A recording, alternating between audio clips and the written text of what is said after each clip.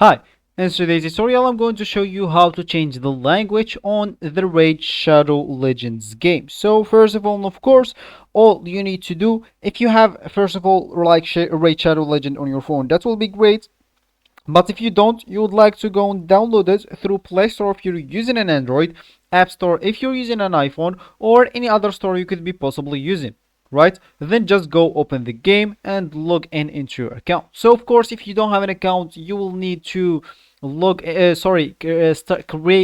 create an account by just clicking at start a new game, then passing the tutorial, then connecting your account to a Plarium like email or a Facebook.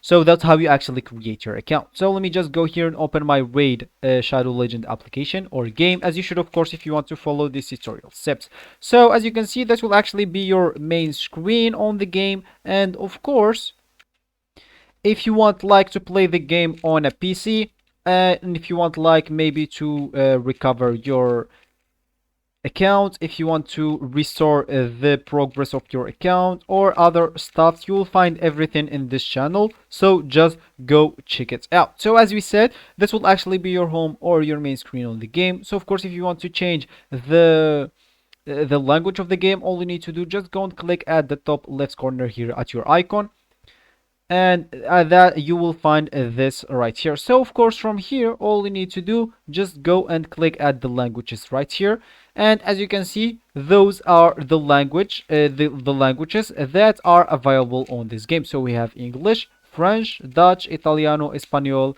and I guess China, Korea, and I don't know. Anyway, so just you will need just to choose the language that you want from here. So of course, let's say as an example, you want maybe French, so just go and click on that.